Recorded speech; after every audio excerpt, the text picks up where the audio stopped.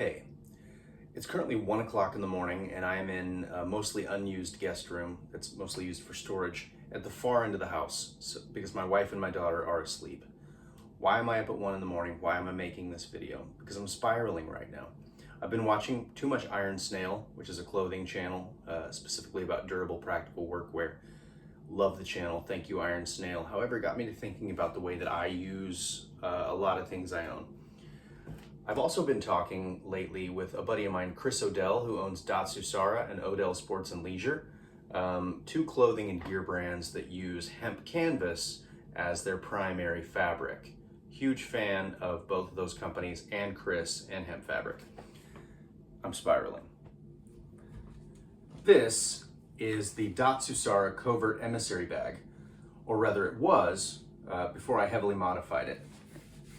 I'll show you my modifications and tell you why I made those modifications.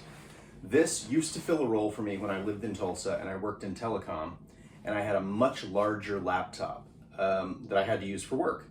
So this is a very large laptop bag. It's got two big pockets and all these cool little pockets for headphones and phones and doodads and things.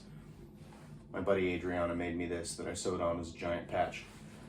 One thing I didn't like about the Covert Emissary Bag, basically the only thing I didn't like, no, that's not true. There were two things I didn't like about it. I didn't like the original shoulder strap, but this is something that I do to almost every bag that I own, not just Datsusara. I replace the shoulder strap with a guitar strap. Guitar straps are much wider and softer. This is just a big, like 2-inch wide cotton guitar strap. I double layered it, sewed it all together into one strap. Much softer, dissipates the weight better across my shoulder. So that was one modification I made to the bag. The second modification, which is much more noticeable to anyone out there who has a Covert Emissary bag, there used to be a large flap over the front. This is what it looks like if you buy it brand new.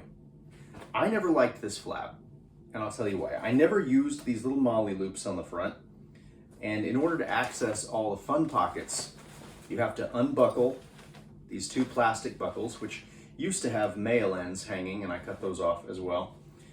You used to have to undo both plastic buckles, lift the flap, and then access your fun pockets. Most of the time that would happen after you took the Covert Emissary bag off and then laid it open. So if you're walking around, it's a big pain in the ass to access these things. And I don't feel that I gain much from this other than possibly a cleaner look, molly loops, which again I don't use, and these two big pockets up front, which are nice. I just cut the flap off. Flap is gone. Now it's just more like a crossbody shoulder bag. It's got a lot more accessible pockets immediately. It still does all the things that it did before. I left one handle on, which is plenty to carry it in briefcase mode.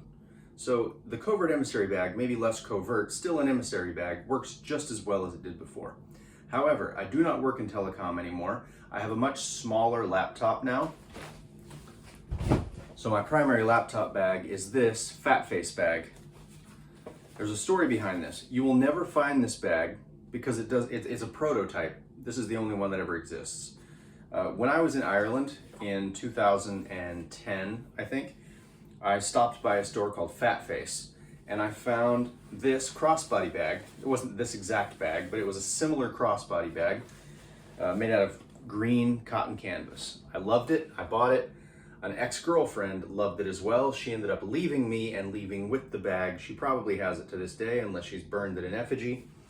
So I wrote a letter to Fat Face all the way in Ireland, and I said, hey, I used to have this green canvas crossbody bag that I got there. I don't have it anymore. I would love to have another one. And they looked around, they said, we can't find that bag anywhere. I think it was a limited run or something. They didn't have any more. But the guy that I was dealing with through email said, however, I was digging around in the warehouse and I found an old prototype bag that was never mass produced, and it's the closest thing to the bag that you're looking for. So he sent me the prototype bag. So I have a prototype Fat Face bag. Now originally this bag had leather straps on the front with regular belt buckles, which I think belt buckles are the worst thing that you can put on a bag because it takes so much time to buckle and unbuckle them. So I cut those off and replaced them with plastic buckles. I also added a handle to the top because there wasn't one before. I layered a piece of green cotton canvas strap and black polyester strap into one strap, and then I used grommets to essentially tie it with paracord onto the top of the bag. So now I've got a top handle. I also replaced the polyester shoulder strap with yet again another cotton canvas guitar strap, this one being green instead of black. So now that I have a smaller laptop, this prototype heavily modified fat face bag is my primary traveling laptop bag. But that is a long side point, a deviation from the original point. When I cut this front flap off of my Datsusara Covert Emissary bag, I cut a big panel of Chris's proprietary blend hemp and cotton canvas off the back of this flap. This is that panel. This is the fabric that almost all of the Datsusara bags are made out of. It's a wonderful, wonderful blend of, I don't know what the exact percentage is, but it's primarily hemp canvas with a little bit of cotton in there. It's strong. All my Datsusara bags are like 10 to 15 years old. Almost none of them have any damage to them. Once in a while, like for example, my Covert Emissary bag did split on the back side a little bit on this seam. I just sewed it up with a really big, or rather really thick button thread, and then I glued it with some liquid rubber glue that flexes and stretches. This repair itself is like 8 years old. So, bag's still in nearly perfect condition. Anyway, suffice it to say, I really like the Datsusara fabric. So now I have a really big panel of this fabric. Why did I want the panel of this fabric? In fact, the entire reason I modified the Covert Emissary bag at all was because I wanted to salvage this big piece of fabric. Why? This is my faux Sherpa lined Levi's jean jacket. One issue I have with this jacket is my long arms. I have very long arms. Almost all of my other coats have been modified to lengthen the sleeves.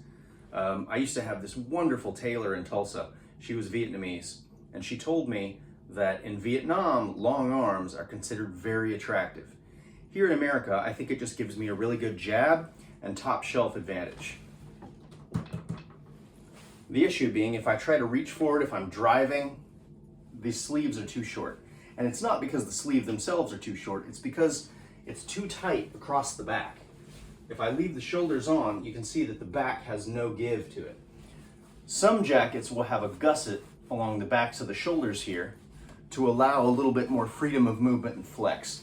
This Levi's jean jacket does not have that. I probably should have gotten an extra large, but I like the way this fits me around the middle better. I think my body is like a medium to a large. My arms and shoulders maybe an extra large.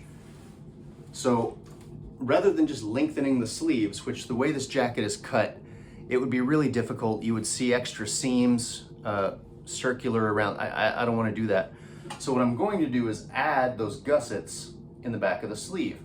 But I don't have any sacrificial denim that is as heavy and thick as this denim, nor is the same color. What I do have is a giant panel of Datsusara hemp and cotton canvas.